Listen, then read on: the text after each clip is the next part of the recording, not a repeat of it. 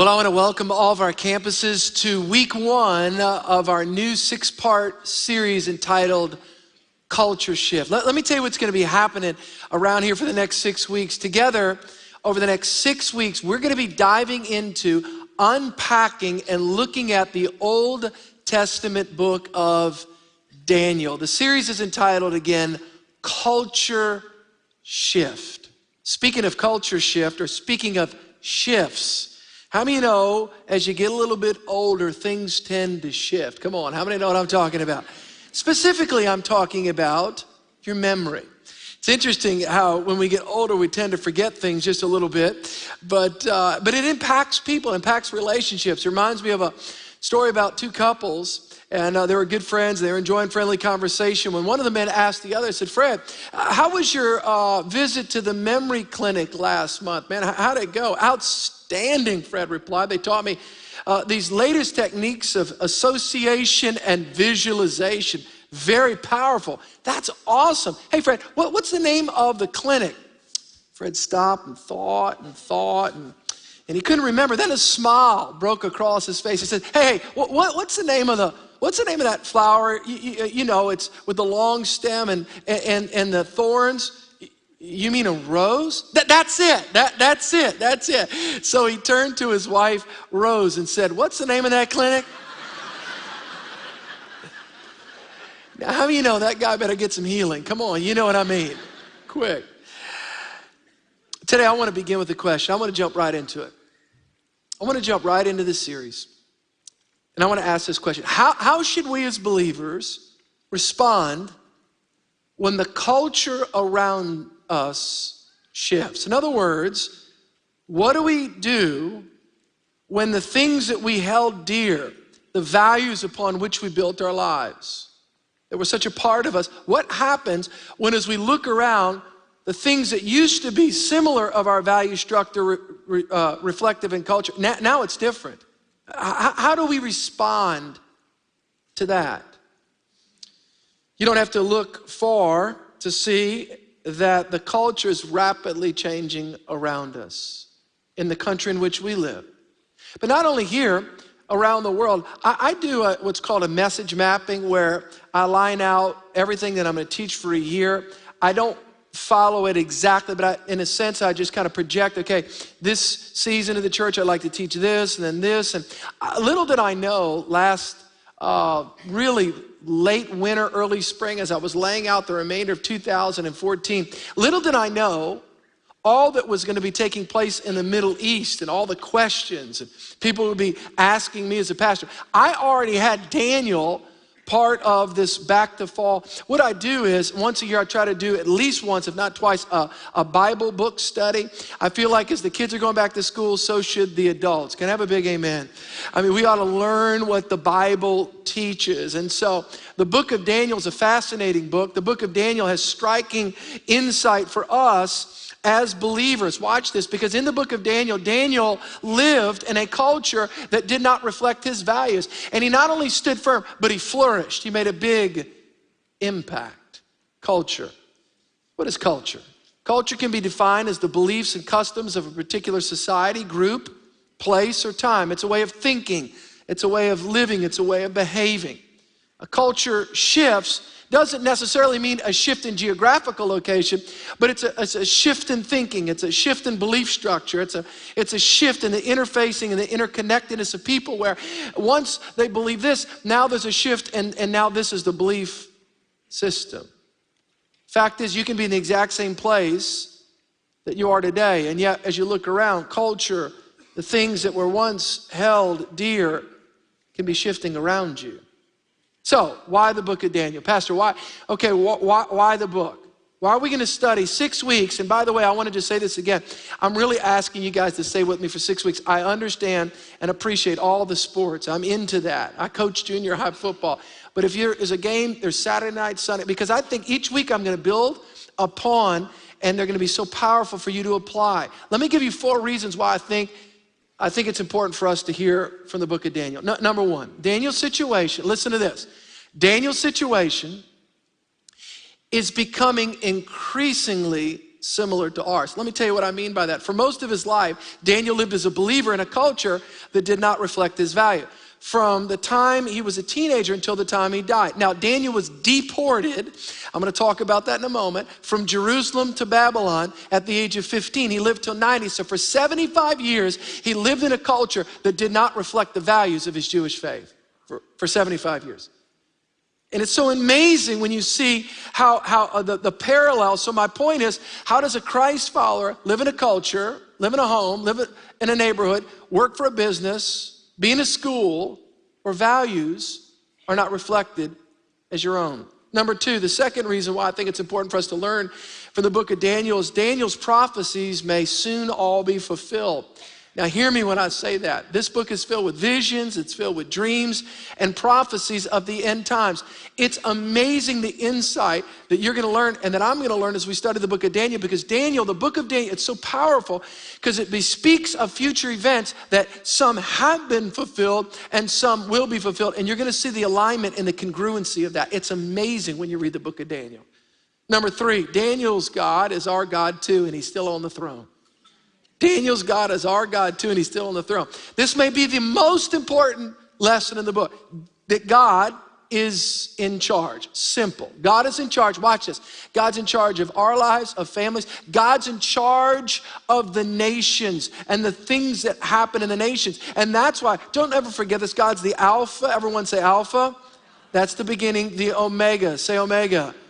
So he's above what's called the space-time continuum. He's not limited to the constructs of times that you and I are. So in other words, God doesn't have to, God's already in the future as much as he's in the past. Does that make sense? So prophecy is things that have been written down where God gives us blinks into the future where he already is.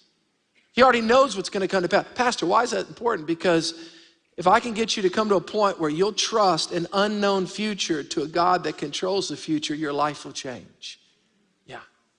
Number four, in summation, the greatest example I can think of in the Bible of a godly person that experienced a rapid shift in culture is Daniel. If you have your Bible, I'm going to ask you to open up to Daniel chapter 1. It's in the Old Testament. It's not a sin in this church to look in the table of contents. Are y'all with me? It's okay. You can do that. We have so many new people in the church, man. You just go to the very beginning. You look, Daniel. It's in the Old Testament. It's in a grouping of books called the major prophets. Jeremiah, Lamentations, Ezekiel, and then you'll find Daniel. In order to place the book firmly in your minds, let me help you just with a little bit of backdrop here. Pastor, when was Daniel written? Daniel lived... King David lived, just to give you perspective, King David lived 1,000 years before Christ, 1000 BC. Daniel was 400 years after King David, 600 BC, or 600 years before the birth of Christ. So that's when Daniel lived. Daniel, it was about 605 BC to 530 BC. It covered about that 75 years. When the book closes, he's about 90. Daniel is in a particular part of the world where there were several different kings. There was a Babylonian, then there was another Babylonian, then there was a Medo-Persian king, and he lived under the reign of all of these people. It's very fascinating when you see that. And Daniel, watch this, Daniel, after being deported, never goes back and lives in Jerusalem again. And what's interesting, and God, don't miss this, God's hand comes upon his life, and God raises him up to be, in essence, a counselor, an advisor, and a prime minister to foreign pagan kings all the days of his life. Don't tell me that God can't raise you up in a culture that may not reflect the biblical values. By the way, there's always three responses as Christians to culture when it shifts around. Number one, the first response is Christians retreat. Ooh, the world's getting bad out there. Let's go hide. Let's all move to Montana, get all those MREs we didn't need after Katrina, and let's just go bring them up there and wait for the rapture and do rapture practice. Now, I believe in the rapture. I'm going to be teaching about it, but how many know I don't believe it's biblical for us to escape from the world in the sense that we don't engage what God called us to do. The second thing, now when the Lord comes, I'm ready, but until then, hey, we're engaged. Are y'all with me? Now, number one is there's a whole group of people that says the world's bad. Let's go hide until Jesus comes back. There's another group that capitulates to culture, and they don't like the pressure of having values that are incongruent with the values of society, and they don't like. Do you remember in America when you used to get extra credit for being a Christian? Now you kind of get demerits. Do y'all know? It used to be, oh, that's a good man. That's a good Christian man. Oh, man. Now it's like, that's a Christian man. What other subset theories and paradigms is he operating from where he may be a narrow mind? So now it's not that way anymore. So there's this pressure to capitulate. See, I think both of those extremes are not biblical. I think what God calls us to be is in love with Christ, loving people, and fully engaged in what God's called us to do to make an impact till the moment Christ takes us out of here. Y'all with me? We're going to see that in the book of Daniel. The book of Daniel is broken down into two sections, the practical and the prophetic. The first 6 chapters deal with Daniel and his life. The second 6 chapters deal with, again, these prophetic dimensions, futuristic. Daniel, by the way, is perhaps the most prophetic. What I mean prophetic, that term prophetic or apocalyptic, where it bespeaks of future events that currently have not happened. It's amazing. It's actually the key. The book of Daniel is the key to the book of Revelation. I'm going to teach the book of Revelation, Lord willing, next year. Pray for me. And I'm really excited about that. Now, here's what's interesting about Daniel. Due to the fact that so many of the prophecies in the book were fulfilled after it was written, and just like one after another, there was a whole group around 50 AD, okay, AD, 50 years after the birth of Christ, that really gathered together and said, the book of Daniel must be fraudulent, because how on earth would all of these things have come to pass? This must have been written after the time of Christ. If anybody understands this term, this is important, the Septuagint. The Septuagint was the Greek Old Testament. The Septuagint was written 275 years before Christ, and it had the book of Daniel in it. Are you with me? Do you know Alexander the Great? Remember, there was the Babylonian Empire, then the Medo-Persian Empire, then the Greek Empire, then the Roman Empire. Do you remember Alexander the Great? Alexander the Great came on his horse into Jerusalem. Don't miss this. Into Jerusalem to destroy Jerusalem. Remember when he was taking over the whole world? Do y'all remember this? History class? And there was a high priest, a Jewish high priest, that had the book of Daniel that went up to Alexander and said, Alexander, wait, don't take over the city. You're in the book of Daniel. Now, his name's not mentioned, but the Greek Empire is mentioned. The Babylonian, the Medo-Persian, the Greek, the Roman. And so he was so awestruck by that. Listen, Pastor, is this true? Yeah, look it up on the internet. It must be true. It's in the history books as well. Josephus, the Roman historian, is actually a Jew, a Roman historian, wrote down, he says that Alexander the Great, when he saw the empire that he was leading in the book of Daniel, which I'm going to show you in a couple weeks, I'm going to show you this historical thing. It's amazing. He was so blown away, he walked away from the high priest and says, I'll leave Jerusalem to God. The book of Daniel confounds the critics, but it confirms our faith. Let me give you a couple players. Number one, Nebuchadnezzar. Who's Nebuchadnezzar? We're going to see his name a bunch, particularly in the beginning. Nebuchadnezzar was the Babylonian king. Now, you have to understand something about Babylon. Babylon was a literal place, a literal kingdom, all right? It would be close to where Iraq would be, about 500 or 600 miles due east of Jerusalem or Israel today, all right? Maybe 500, 600 to 700, that whole region. But Babylon, as a name, transcends beyond that geographical time. And as you see it through the Bible, John the Revelator in the book of Revelation, he talks about Babylon as also the world system. Whenever you see Babylon, it's always an evil world system. Very, very important. So there's Nebuchadnezzar, who was the leader of Babylon. Number two, there was Daniel and his 3 friends. They represent the believer in the world, living to obey God in the midst of a dramatic and sudden culture shift. And then there's finally the sovereign Lord, who places his children in the world on purpose, for a purpose, to bring them safely unto himself. Did you know that God put you in this world? Don't ever forget this. God loved you, and God gave you a purpose, on purpose, for a purpose. Do you realize you could have been born in any generation, but God put you right here? Why is that? Because God has a purpose for your life.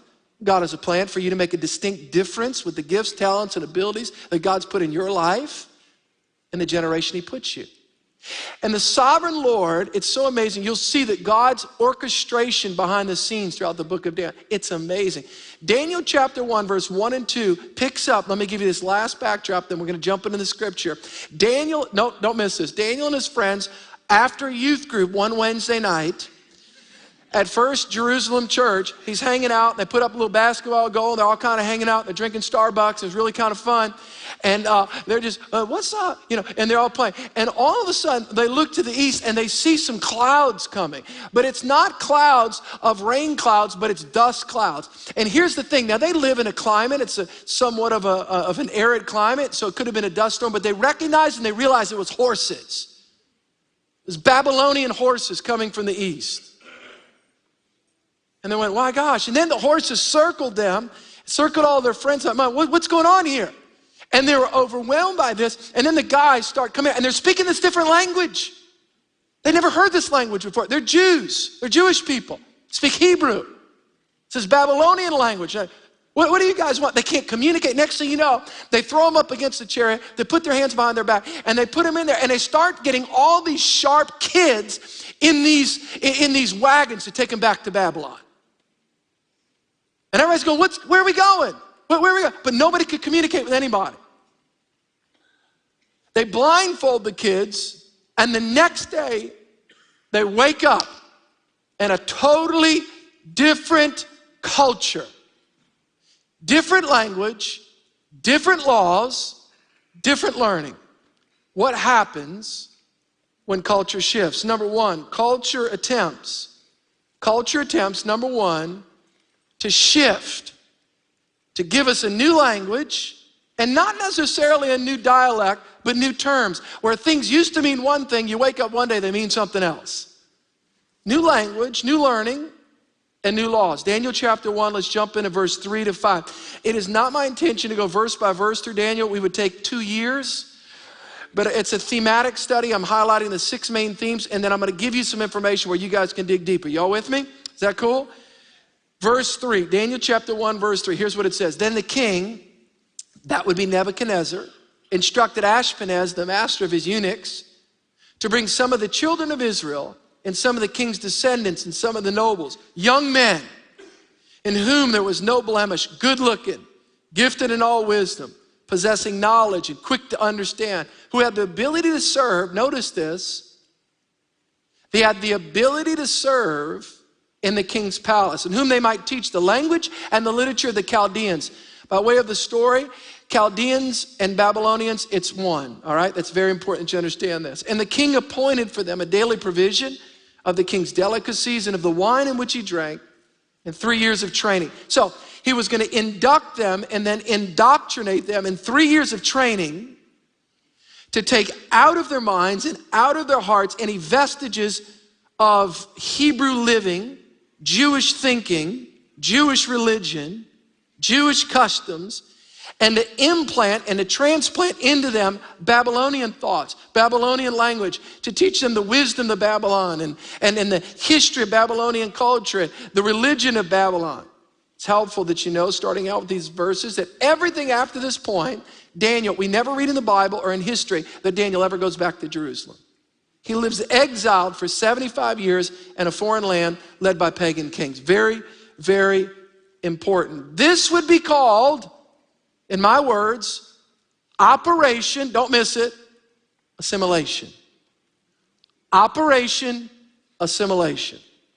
It begins with the selection process aimed at the cream of the crop, the sharpest kids, the sharpest young men in Babylon. Isn't it interesting when you read in the Bible, when the enemy is threatened by God's advancement in his kingdom, even if you go all the way back to the book of Exodus? Do you remember when there was a deliverer for the Jewish people that was about to be born, Moses? You guys remember that? And Pharaoh found out about it. He was real nervous about it. What happened at that point in time? You remember what they started doing? They started doing what?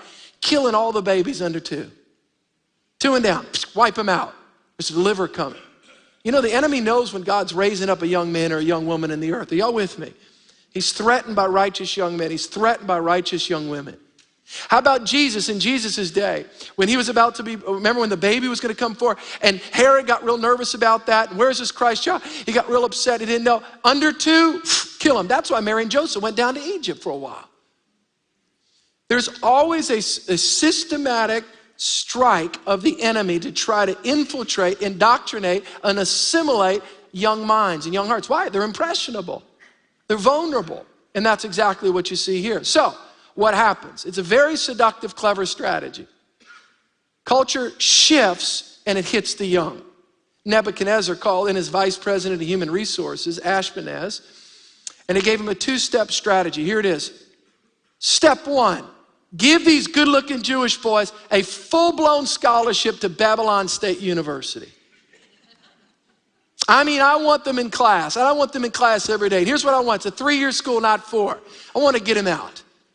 And when they go there, I want you to teach them all the stuff, the astrology, the math, all the stuff that we have, all right? And I want you to indoctrinate their minds. It's very important, culture shift. It's very important that you uproot their Jewish mindset and you implant this new Babylonian mindset. It's very important. And the way that we're going to do it is we got to teach them our language. It's important. Remember this, language, words, ideas have consequences as words have consequences. Remember what you got to do, guys. All right, here's the deal. Train them up. Train them in the thinking of the Babylonians. Train them in the wisdom of the Babylonians. And number 2, I'm so committed to training these young guys. Here's what I'm going to do. I'm going to let them daily come in and eat right off of what's called my table, the king's table.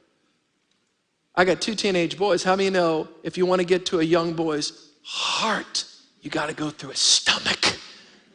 Isn't that right? It's really interesting when you begin to see this. When a culture doesn't honor God, they ultimately attempt to change language. And again, I'm not talking about dialects. You go from English to Spanish. I'm talking about even within the culture, words begin to shift. Where words meant one thing, they begin to shift, and now they mean something else. There's a shifting in learning. There's a shifting in laws. Why? To bring about a shift in the minds and the hearts of people. Now, I appreciate education. I appreciate higher education. I went to high school. I went to college. I went to Bible school. I went to seminary. I went to advanced beyond college. So I appreciate education. I really do. But I do believe it's important for us to note that particularly in the higher education dimensions, there is not always, but there are at times a selective approach where some, not all, but some professors find it their goal, their aim, their strategy, their mission to somehow uproot any Christian vestige in the mind of a young person. I went to Tulane University. I graduated in 1991. I appreciated my education there. So I can say this not based upon a theoretical assumption, based upon fact. I went there. I experienced this. Again, good school. I enjoyed the school, but there were some teachers, not all, but some teachers that were hostile to the Christian faith. And I had to go to those classes. Of course, here was the thing, and they were so adamant. Well, my first 2 months of school, I wasn't a Christian. I got born again in October, which was good and which bad. The good thing is I got saved. The bad thing is I got saved, which means now I'm a fighter by nature, okay? So I'm engaged in things by nature. I'm competitive. And so all of a sudden, I didn't realize it before. It's like, wait, why is this guy hostile? Well, why is he hostile? You guys, and I remember in classes, and I won't tell you what department, it was in the liberal arts. And so it was amazing. I thought, these guys, and it's like, oh, you believe in Christianity? Do you really believe in that? That's antiquated, anti-intellectual. I mean, Adam and Eve, that's just figment. I mean, that's metaphors and the good and the bad and Noah, and after all, a boat and the little whale and Jonah. Come on, do you really believe that? Almost to make you feel like, you know, I'm shrinking. It's like you're not even that's immature. That's part of an antiquated, old school mindset, but we're now advanced. And so you walk out of there and you're like, they're your professors. Not all. I'm not making a categorical, broad sweeping statement, but I am suggesting there were some that I experienced that quite honestly, that they were engaged in what I call an indoctrination, to take out of any mindset of a young person, any Christian sense of God, Jesus, the inerrancy and the literal interpretation of Scripture, to suggest an implanting of thought patterns that were not reflective of Christianity at all. It's interesting, as you go through this, I begin to think about education and young. Do you know proper higher education should teach people how to think, not what to think? By the way, do you know Babylon? Don't forget this. Babylon always prescribes what to think. Just remember that. Number two, culture attempts to give us new labels as well. Culture attempts to give us new labels as well. A culture that doesn't honor God will always try to rename you. Look at Daniel chapter 1, verse 7. It'll always try to rename you. To them, the chief of the eunuchs, remember that's Ashpenaz, he was over human resources for the Babylonian kingdom. All right? To them, the chief of the eunuchs gave names. He gave Daniel. Now, Daniel is a Jewish name. Remember, he was a Jewish boy. Remember what he experienced. One day, downtown Jerusalem, First Church, he's there at youth group. Next day, he's in Babylon. His Jewish name is Daniel. He's now about to get a Babylonian name. All right? To them, the chief of the eunuchs gave names. He gave Daniel the name Belteshazzar. To Hananiah, Shadrach. To Mishael, Meshach. And to Azariah, Abednego. Daniel and his friends were given new names, and they had the option, watch this, they had the option now of letting these names define them. There's something about a name. There's something about what you are called. Check this out. This is really interesting. I did this. It's not in your notes, but I wanted to do this. The name in Hebrew and their names now in the Babylonian culture, the names they were given. So Daniel's name in Hebrew, the name he was given by his parents, his mom and dad, Daniel, it means God is my judge. The Babylonian name that they gave him was Belteshazzar, which means Bel, protect the king. That's a little bit different from his original name, isn't it? How about this one? Hananiah, the Lord is gracious. He was given the name Shadrach, which means command of Aku. Aku is a Babylonian god. All right? Mishael, who is like the Lord, that's a rhetorical question. Meshach, who is like Aku. Now watch this one. Azariah, the Lord is my helper. Abednego, servant of the shining one. And it's not the bright and morning star, the bright and shining star, Jesus. It was talking about a Babylonian god. Here's what happened. In that culture, now it appears that they didn't protest their names verbally, but by their actions, they protested that labeling. By how they walk it out. See, there's some power, don't miss this, there's a power in a name. Names do things, they identify a person, but then they have the possibility and potentiality to define that person. You ever been nicknamed anything by anybody? You ever had a nickname in school, high school, college, anywhere, or maybe in your family? Is anybody, nicknames are, sometimes they're funny at first, but then they can get hurtful a little bit. In 8th grade, I played football and I was able to dress out with a varsity, which meant that I was a punching bag and it was cool. But the 11th and 12th grade guys who I looked up to, they called me because I was so small at that time. Here's the name. You ready for this? Here was my nickname. And it stuck for all the way through my high school. Here it was. Ready? Flea. Doesn't that just make you feel powerful just hearing that? Just your masculine bravado come forward. Come on, guys. What's up, Flea? Don't. What's up? I mean, it is hard, man, to get after it and engage when you're called Flea. You ever had a nickname before?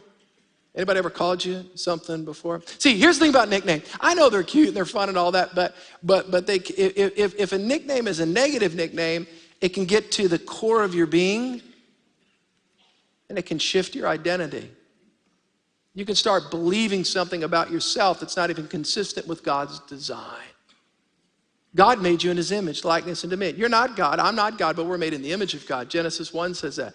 You're made in the image of God. You ever make a meathead? Wow, I feel smart. No, you're a meathead. You start hearing that, you start saying it, you hurt people, and it sounds kind of funny, but after a while, it affects how you perceive yourself. Can you imagine Daniel's walking around? It used to be, God is my judge, right? That's what he used to hear. Now it's Belteshazzar, protect the king. There's a message attached to it. Did you see it?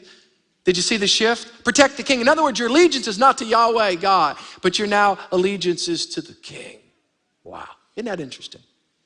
You know what's the strategy here? It's all about Identity theft. Hey, did you guys read, you know what identity theft is? You know, they have it, credit cards, people have identity theft. They lose, somebody gets their identity. They go out there, do crazy things, charge them. Did y'all hear about Home Depot this week?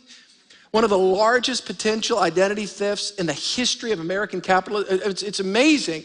And they're still trying to get to the bottom line. The CEO made some statements. But here's the point. Identity theft's not a funny thing. It's a painful thing.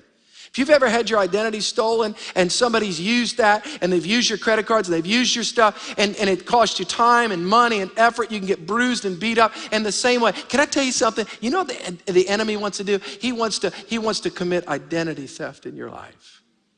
He wants to steal your God identity, that you're a child of God, that you're a son and daughter of God. Yeah. Wow. Pastor, what do we do about that? Well, the Babylonian culture, while it attempted to steal Daniel and his friend's identity, I believe that when a culture moves away from God, there's a general subtlety of a mocking of a person that walks with God. You're a what? A Christian? Wow, what does that mean? Basically, you subscribed and bought into something. Are you the blood, the cross? Are you really? Really? Wow. How do we respond when culture shifts? Daniel chapter 1, verse 8. It's right in the Bible. Is this amazing? It's right in the Bible. It's powerful. Daniel chapter 1, verse 8. How do we respond? Well, how did Daniel respond? Remember the proposition. Remember the offer. Remember the exposure. I'll finish with this. Here's what he said. But Daniel purposed in his heart. Everyone say this. He what? Say it. Purposed. He purposed in his heart that he would not defile himself with a portion of the king's delicacies, nor with the wine which he drank. Therefore, he requested of the chief of the eunuchs, that Ashpenaz, that he might not defile himself. So in other words, he did not go and partake of the table of the king. He said, I'm not going to do that. He actually went into a challenge, said, look, I'll do better. Don't let me eat that, and I'll do better. Come check it out. If you read a little bit more. By the way, everybody ought to read the book of Daniel these next 6 weeks. Just read through it so you understand exactly where I am. The point is, Daniel refused to partake of the best that culture had to offer. You and I are offered the same thing. You and I are all going to be offered, high school kids, college kids, you're going to be offered something of the best that this world can offer. And we have a choice to make. We have an opportunity to make a decision, to not defile ourselves, to make a decision for 3 things: of our commitment to God. Number 2, to continue to stand on the biblical convictions that we know that are right and true.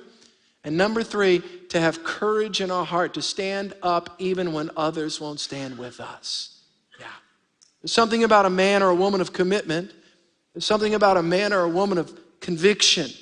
We live in a world where desperately people are needed with convictions of what is right and what is wrong and what does God think and what does God say, and the courage to walk that out. Earlier this week, I ran across something pretty interesting, and it was a thing, and I'll close with this. There was something written by a man. This is very important. It was something written by a man, an African pastor, who was later martyred for his faith. And I believe it describes the heart and kind of attitude and conviction that'll help all of us stand in the face, watch us, in the face of a culture shift. I want to read this and then we'll close. According to some sources, again, it was written by an African pastor. It's called The Fellowship of the Unashamed. The Fellowship of the Unashamed. I'll read it and we'll close. Here's what he said. I am part of the fellowship of the unashamed. I have Holy Spirit power. The die has been cast. I've stepped over the line. The decision has been made. I'm a disciple of Jesus Christ. I won't look back, let up, slow down, back away, or be still. My past is redeemed. My present makes sense. My future is secure. I'm finished with and done with low living, sight walking, small planning, smooth knees, colorless dreams, tame visions, worldly talking, cheap giving, and dwarf goals. I no longer need preeminence, prosperity, positions, promotions, platitudes, or popularity. I don't have to be right, first, tops, recognized, rewarded, or applauded. I now live by faith, lean on His presence, love by patience, live by prayer, and labor by love.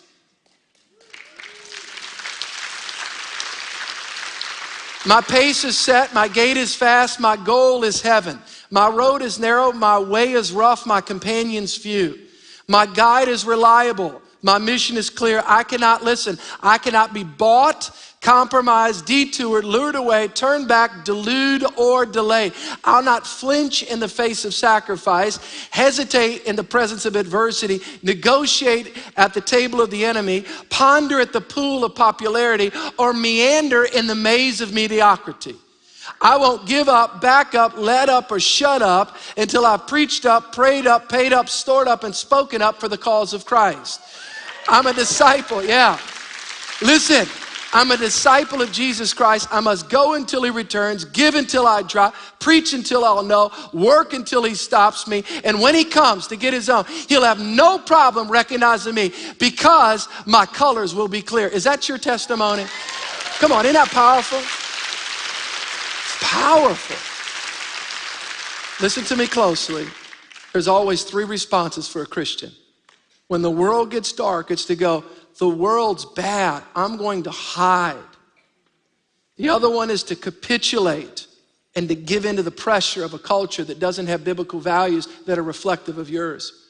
Or the third is in love with God, and in love and trying to help people, you allow the hand of God. You're about to see next week that God prospered and promoted Daniel and made him a difference maker, listen, and a prime minister even in a pagan culture.